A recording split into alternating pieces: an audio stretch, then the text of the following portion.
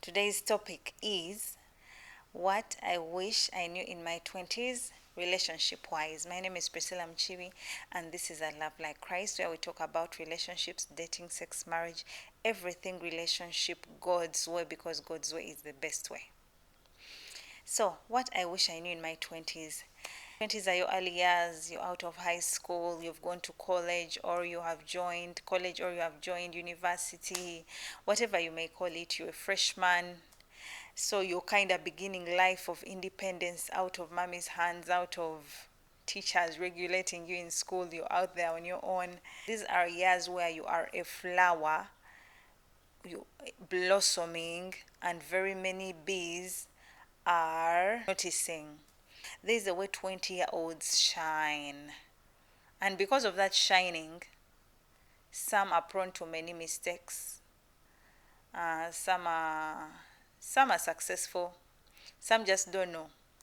So this is the video to let you know. In your 20s, it is a grace. It's a season of grace and favor that God has given you. Not for you to become a gold digger or a sugar baby or whatever names that are out there. Not for you to jump from man to man, not for you to make money, not for you to hustle. So today we are going to talk about what you should be doing in your 20s. Number one, you have known it that this is a great season for you to shine. There are three categories of people that come in your 20s. One, there are those ones that burn with lust. They see the flower is shiny, it is red, it is yellow, it is so pretty, and you know what? Let me just go and pluck it. It's too cute, let me just pluck it. You know, that's a person who destroys beauty. That's the kind of person that destroys beauty. Because if you see something beautiful, the best way is to preserve that beauty. So if you land in the hands of this plucker, that is what they will do. You're beautiful, you're in your season, you're shiny, but they don't want anything to do with you. They just want to pluck, take, disorganize for whatever selfish gain. They just want to take and leave. And they can do anything, say anything, sell anything, portray anything, act so that that mission is complete, and they go like they really want you. Sometimes there's a thin line between lust and love, but it's very visible and very real if your eyes are open to discern. Everyone, yes, may want you, but not everyone wants what is best for you. There's a difference. Everyone can want you, but do they have your best interest at heart? Those are rare. So the first people you will meet is the pluckers. Those ones usually burn with lust. They notice you're beautiful, and when they look at you with all those, those curves and cute face, and then the firm chest, all they want to do is take. If I can just get one day with her to sleep with her. They have admitted the flower is beautiful, but it's not worth the time of preservation or of watering or of nurturing. It's not worth. It's just let's pluck it and go. So those are men that burn with lust. The second category of people you will meet are the ones that honestly want to nurture and preserve and care for a flower. Because when you see a beautiful thing, when you see a precious thing, first of all, you acknowledge it's precious. That is why they tell you a man that loves you looks at you as a gem, GEM, a gem, a diamond, a precious commodity. They just wonder this kind of beauty. How? How are you so beautiful? Every small thing you say, they are just fascinated that this lady is just, I will be so blessed or lucky to have her. I am so lucky that she can even give me her time. They just wonder, like how you see a precious rose and you're like, this is so beautiful. How did it grow to this level? Where is it planted? I should plant more of these in my compound. They are so precious and beautiful. They make this whole place beautiful. So these men have an idea of this woman, when she comes to my life, she'll make my life beautiful. Let me nurture, let me protect this, let me preserve it. Now, That is the love God expects from every man. It is not lustful, it is just pure love. And this kind of love births nurture, it births protection, preservation, it births kindness, love, beauty, holiness. You know, it brings forth the worship of God. This is why we always tell you a man that loves you doesn't need to force you to have sex. If you say, I don't want, it is easy for him because he loves you like you are a flower. To him, you're precious. Yes, as a human being, we have feelings, and he would want to do that. And of course, that's why people marry and stuff. But he loves you enough to respect your time. You know, he loves you enough to wait for you. Waiting is a real thing. It's not a myth. Men wait. They can wait. Yeah. They can wait if they find that is precious. Not everyone is going to find you precious. You may be precious to one man out there, and to this one you're complete rubbish. You are not worthy of taking care of. You're just one night. You know? That's why the white man says, one man's meat is another man's poison.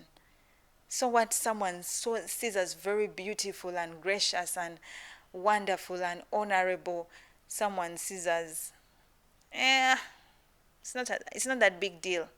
It's not a big deal. So your job is to sieve out who is seeing me as a big deal, who is seeing me as precious, who is seeing me as a gift to them, who is seeing me as worthy of nurture, and who is seeing me as pluck, take, throw.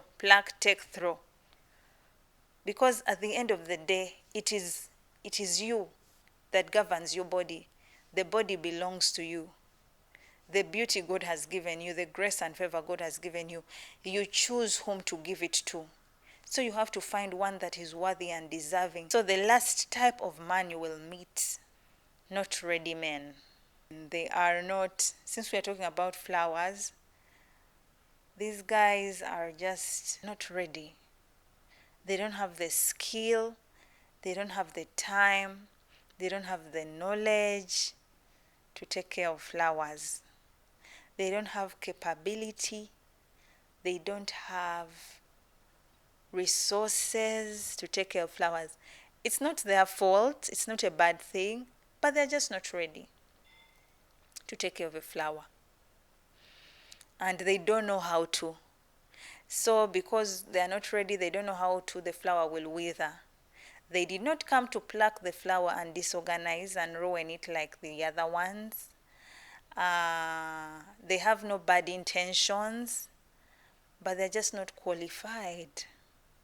So that is what most campusers do, and that is what we call the boyfriending and girlfriending.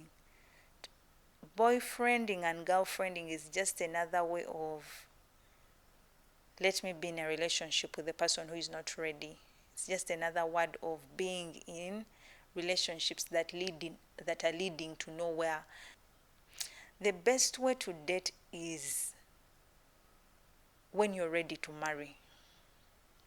The other types of dating are just for passing time, are just for beating loneliness, are just for finding a certain pleasure, trial and testing. Even men that are in these relationships, they know. That's why they never tell you when they are going to see your mother and father. They actually never talk about it because they know they are not ready. They know it's too early. They know, like, why are you asking me those things? Why? So it's not a conversation that they want to talk about. It is not something that they are looking into. They are thinking of, I have to buy a house, I have to get a car, I have to get a job. And for you, after university, you're planning on settling down. So you two are in different worlds. The best thing you could do is not enter a relationship with the person who is not ready. Do not stress anyone. Do not force anyone's path. Because the honest truth is, women and men have a different time clock. In your 20s, you shine brighter than you do in your 30s. For men, In their 20s, they don't shine. In their 30s, they shine very bright. As they grow, they shine brighter. For you, the way you shine in 20 is not the way you shine in 30. We are different. And God made us beautifully and perfectly like that. That is why most women say, I was with him and then he left me. We worked together. We suffered all those years. You were not supposed to work together and suffer all those years. You were supposed to aim higher at the ones that are looking at you as a flower and are intending to marry. The ones that are 31 and have decided, the ones that are 29 and have decided they want to marry, they are going to look down at the flowers that are shining, because these 30s are not very shiny. So they're going to look down at them. That's what most men do.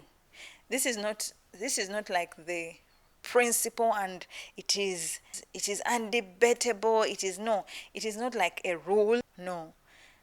People can do outside the box, but the majority, the biggest percentage, that is how they think. That is how society, one, has allowed them to think, and that is how their nature as men, because every man that loves the most beautiful thing, loves the most beautiful thing. So that is also what their nature allows them to. It will take God's special grace to help you. That one that is 35 years is going to look at one that is 35. It is God that has helped you. But usually people love to go lower. That is just the fact. It's not me. And statistics will show you. You can check on the percentages on Google. How many men that are older take on younger women? You will see that the statistics between the ones that do same age is very low, and the ones that go lower is very high. So it's just in your best interest to know that and prepare yourself accordingly in your 20s. So the best advice I can give you, when you're in your 20s, do not boyfriend and girlfriend. That is what they are telling you. That is what has been portrayed and pushed into society. Do you have a boyfriend? Do you have a boyfriend? Starting from kindergarten, people asking, do you have a boyfriend? You know? Kindergarten, when are you going to get married? From 8 years. When are you going to marry that person? Apart from you tempting yourselves and fornicating your whole way to your 20s. So if you are a Christian, the best way is to stop. Don't rush it. Know that I'm in my shiny hours. Let me open my spiritual eyes. Let me increase my discernment to know when the one that is here to preserve, nurture, and protect has arrived.